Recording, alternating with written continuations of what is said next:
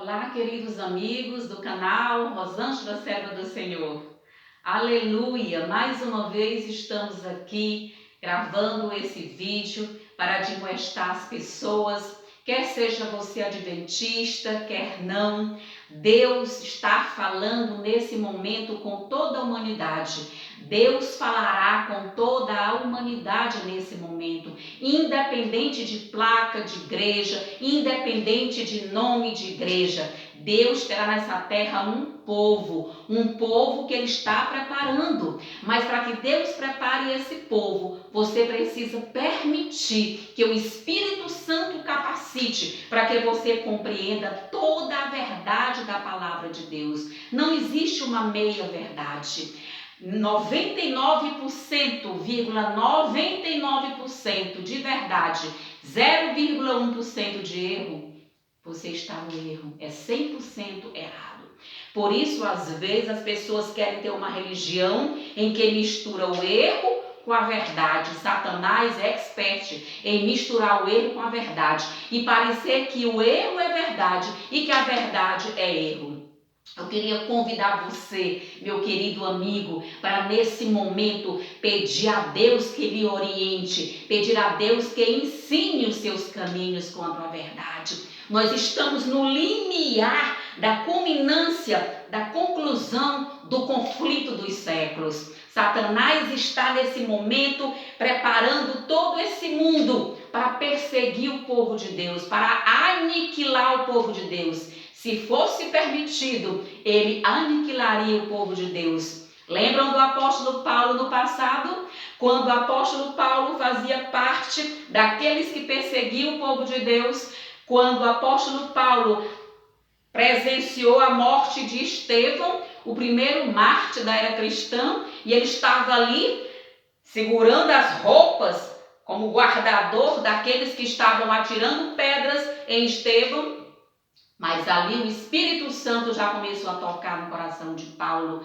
Como que você pode perceber que esse homem tão humilde, que esse homem que foi apedrejado, levantou os olhos aos céus e orou para que Deus perdoasse os pecados? Um homem que levantou os olhos aos céus, sendo apedrejado, e disse: agora eu já vejo os céus abertos e aquele Jesus sentado, o meu Salvador. Queridos, no tempo do apóstolo Paulo, a verdade presente era: Jesus é o Messias, Jesus é o Salvador, Jesus é o Cristo, aquele menino de Nazaré é o Salvador da humanidade.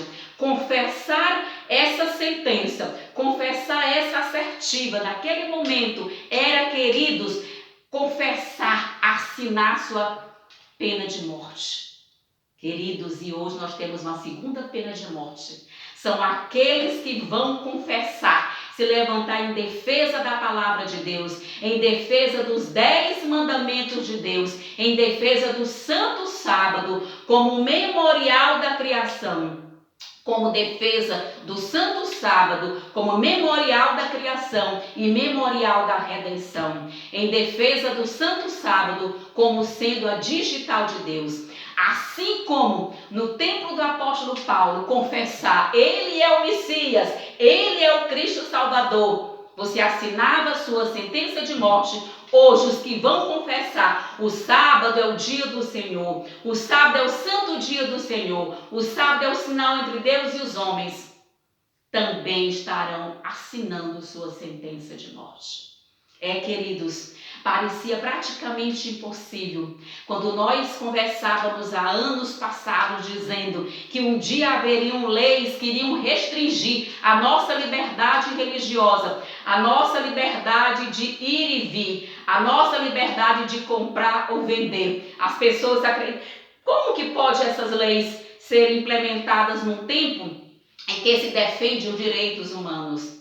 Você percebeu, queridos, nesse dia de pandemia, que os direitos humanos estão sendo jogados na lata do lixo? Sim, queridos, toda vez que há uma questão universal, seja de saúde, seja de segurança, os nossos direitos são vilipendiados, são arrancados, queridos, em defesa de uma lei maior, em defesa da maioria. Queridos, Nós estamos em pleno ensaio de tudo que vai ocorrer em nossos dias.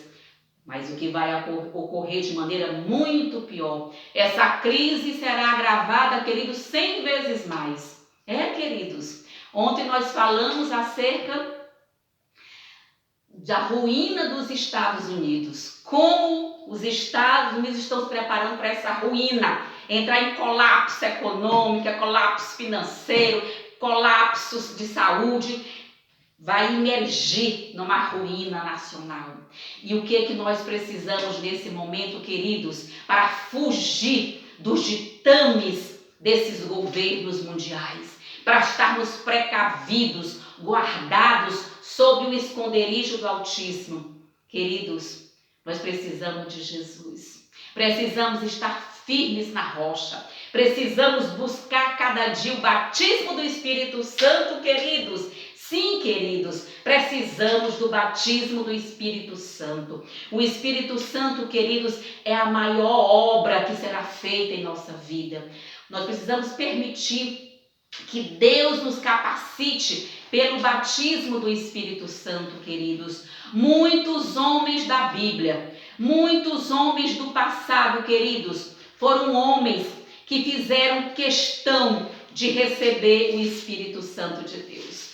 Foram homens que receberam uma porção dobrada do Espírito Santo de Deus. Foram homens, queridos, que se colocaram à disposição de Deus para receber o Espírito Santo. Queridos, eu queria que você, nesse momento, visse aqui um dos homens, dos grandes homens da Bíblia, que fez questão de receber o Espírito Santo em porção dobrada. Queria convidar você nesse momento, em nome de Jesus, que você abra a palavra de Deus no livro de 2 Reis.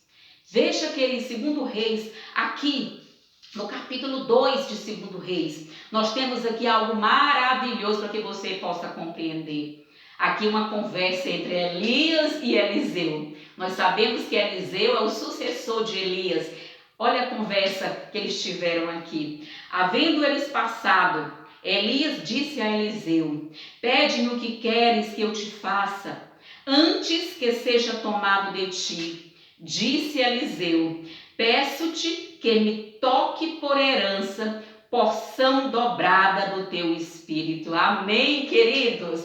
Olha o maior bem que Eliseu pediu. Porção dobrada do Espírito Santo. Amém, querido? Que também essa seja o seu desejo, seja o meu desejo, receber uma porção dobrada do Espírito Santo. O Espírito Santo quer derramar sobre nós bênçãos copiosas, mas nós precisamos pedir. Aqui Elias já estava anunciando que ele seria arrebatado para o céu, trasladado para o céu pelos anjos de Deus. Queridos, e ele disse para o seu conservo Eliseu, para o seu discípulo Eliseu: o que você quer que eu te dê? E Eliseu apenas com toda a humildade pediu: eu te peço uma porção dobrada do Espírito Santo. Queridos, hoje é o momento também de nós estarmos pedindo uma porção dobrada do Espírito Santo. Deus nos prometeu a chuva serôdia. Precisamos da chuva serôdia mais do que nunca para poder sobreviver no mundo em que vai estar a bancarrota, no mundo que vai estar cada dia pior. Nós precisamos da unção do Espírito Santo de Deus por meio dos aguaceiros da chuva serôdia. Vejamos aqui a promessa de Deus sobre a chuva serôdia. O que está profetizado sobre o derramamento do Espírito Santo em forma de chuva serôdia. Queria convidar você para ler Oséias. O livro de Oséias, aqui no capítulo 6, diz assim: conheçamos e prossigamos em conhecer ao Senhor.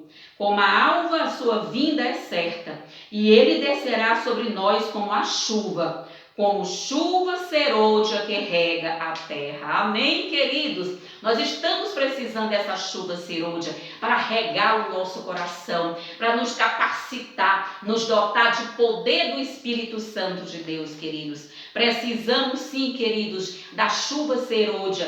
Para quê, queridos? Vejamos aqui o complemento no livro de Zacarias. Sim, queridos, livro de Zacarias no capítulo 10.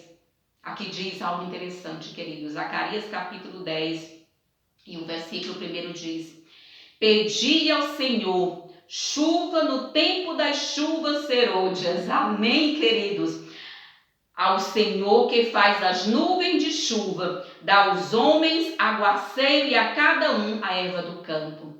Pedi ao Senhor chuva no tempo das chuvas serôdias. Queridos, a palavra de Deus usa de muitas ilustrações do mundo real para que nós possamos compreender o mundo espiritual. Lá no Antigo Oriente, queridos, nossos irmãos judeus, eles eram acostumados, que eles, não só os judeus, mas todos que habitavam aquela área, aquela terra, eles eram acostumados com duas chuvas. A chuva temporã, que caía mais ou menos lá pelo mês de setembro, outubro.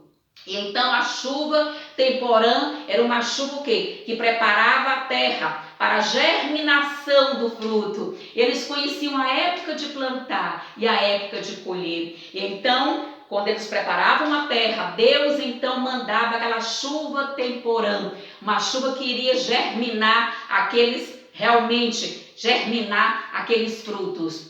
Aqui, queridos, no plano espiritual, essa chuva temporã aconteceu lá no dia dos discípulos, no dia de Pentecostes, lembra?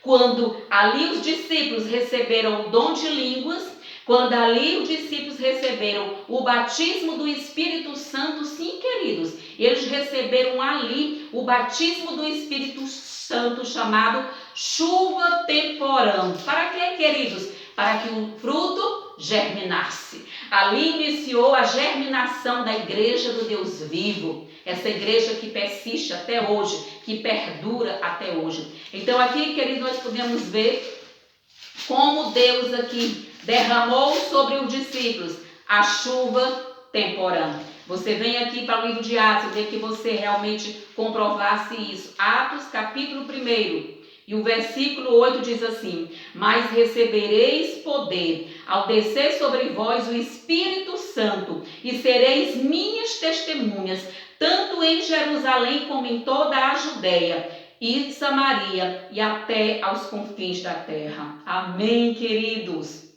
Amém, queridos? Deus prometeu esse Espírito Santo, queridos. E aquele momento os discípulos esperaram, orando, cantando, louvando, não foi falando mal uns dos outros, não foi procurando coisas terrenas, não foi procurando iludir os irmãos com promessas de que coisas novas viriam. Não, queridos, esses homens eram focados unicamente nas promessas de Deus. Esses homens acreditavam unicamente no assim diz o Senhor, não no assim diz o homem, não no assim diz o pastor, não no assim diz o doutor, mas no assim diz o Senhor. E o assim diz o Senhor para os nossos dias prepara-te para encontrar com o Senhor teu Deus.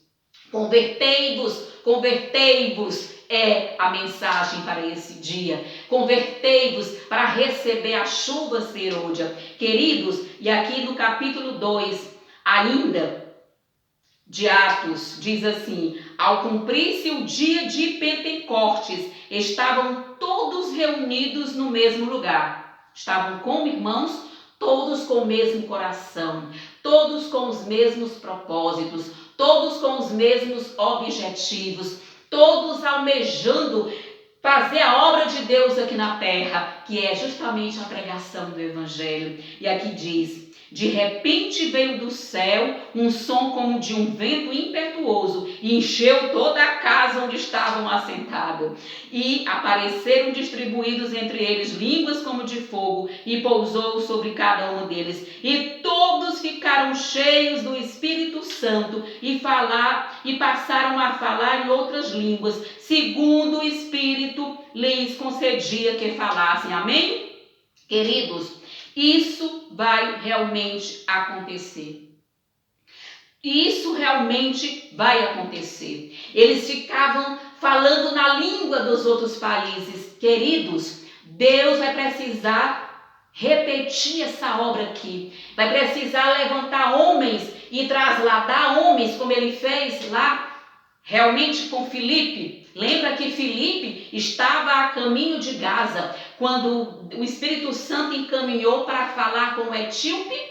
com o etíope, está aqui logo adiante. Se você quiser conferir essa história, confira. Está aqui logo adiante. Aqui em Atos, no capítulo, você vai ver aqui justamente, né, queridos? Realmente essa história. Porque justamente Deus aqui mostra realmente como essa obra vai acontecer, né? Então aqui você vai ver que Atos capítulo 8 vai falar de Filipe e eunuco. Você pode ler em casa do versículo 26, vai até o versículo 39. Mas eu vou contar para você e diz o seguinte: então, o eunuco estava indo, voltando para a sua cidade, um grande oficial da rainha de Candace. Ele estava lendo as escrituras, o profeta Isaías, ele não estava entendendo. E então o Espírito Santo falou: Filipe, corre atrás daquela carruagem e explique àquele homem o que ele está lendo. Irmãos, e Filipe correu atrás de cavalos. Olha o poder do Espírito Santo. Olha a força do Espírito Santo que está garantido para você. E ainda vai ser maior a força e o poder que vai decair sobre você, queridos. E então Filipe explicou todas as coisas. E aqui no versículo 39, o eunuco pediu batismo. Quando saíram da água, o Espírito do Senhor arrebatou a Filipe, não o vendo mais o eunuco, e este foi seguindo seu caminho cheio de júbilo. Mas Filipe veio achar-se em Azoto, e passando além, evangelizava todas as cidades até Cesareia. Você entendeu o que aconteceu aqui, queridos? Filipe foi arrebatado, parou na água, batizou o eunuco, o etíope, olhou para um lado, procurou Filipe. Filipe tinha sumido, virou um homem invisível. E então o Espírito tinha arrebatado Filipe, levado lá para Azoto. Querido, isso vai acontecer. Alegra-se, porque Deus vai capacitar você para que você seja arrebatado, para que você possa pregar falando o idioma em inglês, falando o francês, falando o alemão, de acordo com a necessidade de Deus, de acordo com a sua disponibilidade. Mas tem um detalhe, queridos. Deus não vai obrigar ninguém a participar dessa obra. Você precisa dizer: Senhor, eis-me aqui. Se ofereça para Deus todos os dias. Senhor, quais são os teus planos em minha vida? Senhor, qual é a tua obra para a minha vida? Senhor, eis-me aqui para ser arrebatada, para onde o Senhor quiser me levar, para que eu possa pregar o Evangelho. Sim, queridos, a obra final será uma obra sobrenatural. Deus usará de maneiras que os homens nunca viram. Por isso é que está escrito, queridos, Deus há de tomar em suas mãos as rédeas dessa obra final. Ele é quem vai fazer a obra final. Eu vejo muitas pessoas preocupadas com a obra nas cidades, que os irmãos devem ainda continuar nas cidades, convivendo nas cidades. Queridos, tudo bem, mas a obra final é sobrenatural, é de competência de Deus fazê-la. Ele vai levantar essa nação de eleitos. Aliás, já vem levantando há mais de 10 anos.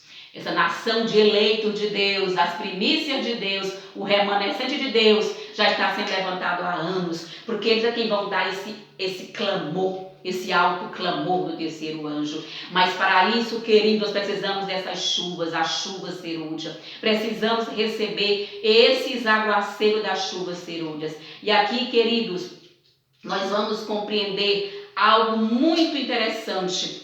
Queridos, lá no dia dos apóstolos que receberam a chuva temporã, foi para que a igreja primitiva, a igreja cristã primitiva nascesse e fosse se solidificando. Hoje, em nossos dias, a chuva serôdia, para quê? É para colher os milhões e milhões de crentes, de filhos de Deus, da Igreja Católica, Batista, Presbiteriana, da Assembleia de Deus, da Adventista, que estão aí aos milhões separados, e Deus conhece o coração de cada um. Esta obra será para que todos sejam trazidos para um só rebanho e um só redil. Jesus disse lá em João capítulo 10, a mim me convém conduzi-los, e haverá um só pastor e um só rebanho. E esse momento está sendo arregimentado, está sendo preparado para isso, queridos de Deus. Participe dessa obra. Será assim maravilhosa, sobrenatural. Os nossos olhos nunca viram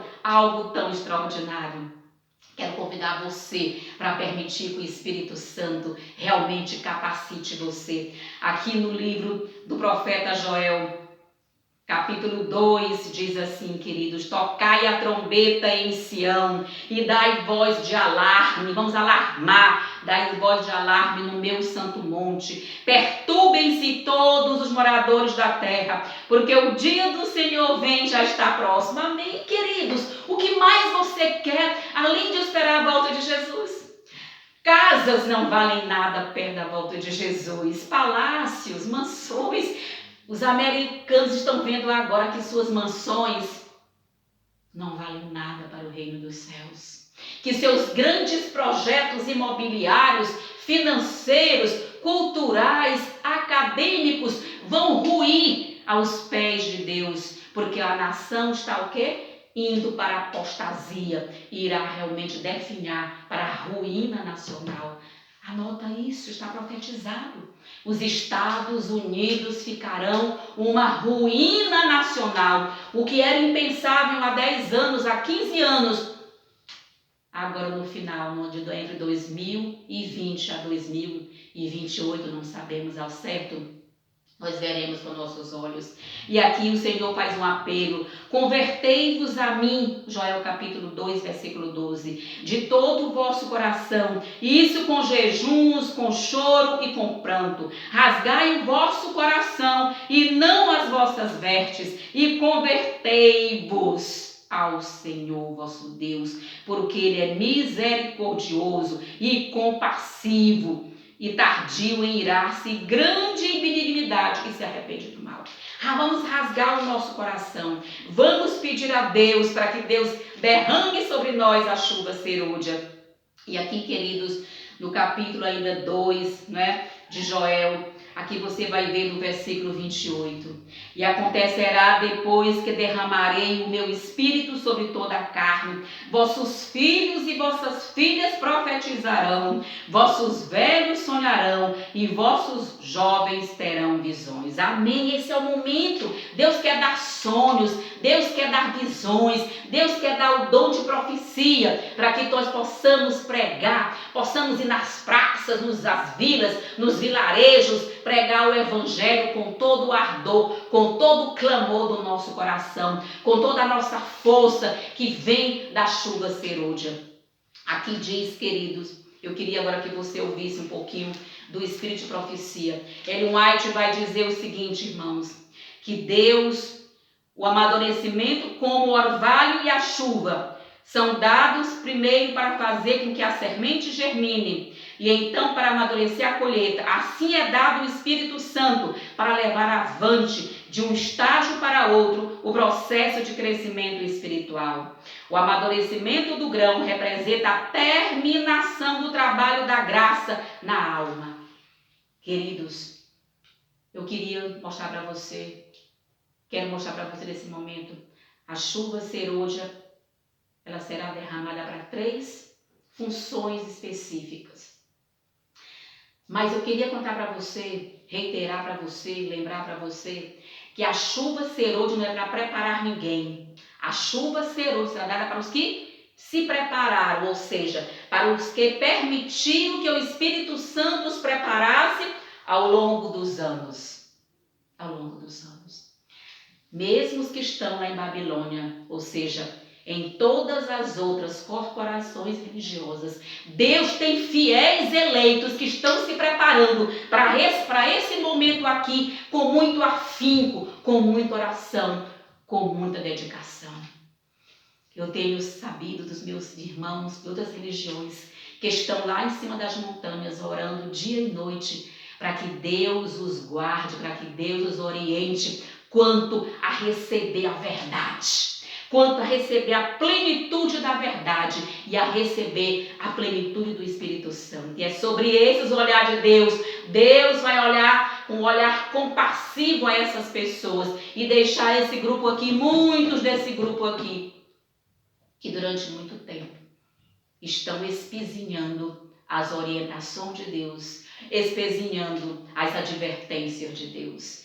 A primeira coisa, a chuva serôdia para a pregação do Evangelho, para você receber poder para impactar todo esse mundo. A segunda coisa que você vai receber a chuva serôdia para você passar pelo tempo de angústia de Jacó, para você poder estar nesse mundo aqui e você ter força em Cristo para divisar, olhar os céus e desviar das coisas desse mundo, das maldades desse mundo, do caos que vai estar esse mundo. Quando você lembra para a destruição de Jerusalém no ano 70, onde as mães comeram os filhos, os pais comeram os filhos, os pais comeram cintos, couro de cinto, couro de chinelo, couro de sapato. Foi uma fome tremenda.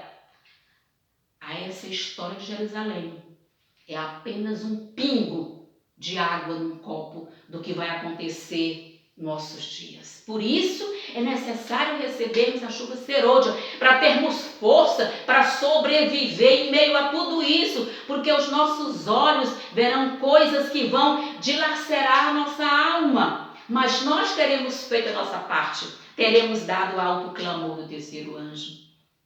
E a última coisa, queridos, que Deus promete dar realmente a chuva serôdia é para que nós possamos terminar a pregação do Evangelho. Amém! Quando você vai ser trasladado para pregar o Evangelho em lugares onde nunca se ouve o Evangelho, a cada nação, tribo, língua e povo, como está aqui escrito, né, que em Mateus 24:14. E será pregado este Evangelho do reino para testemunhar todas as nações, então virá o fim. Deus prometeu, Deus vai cumprir.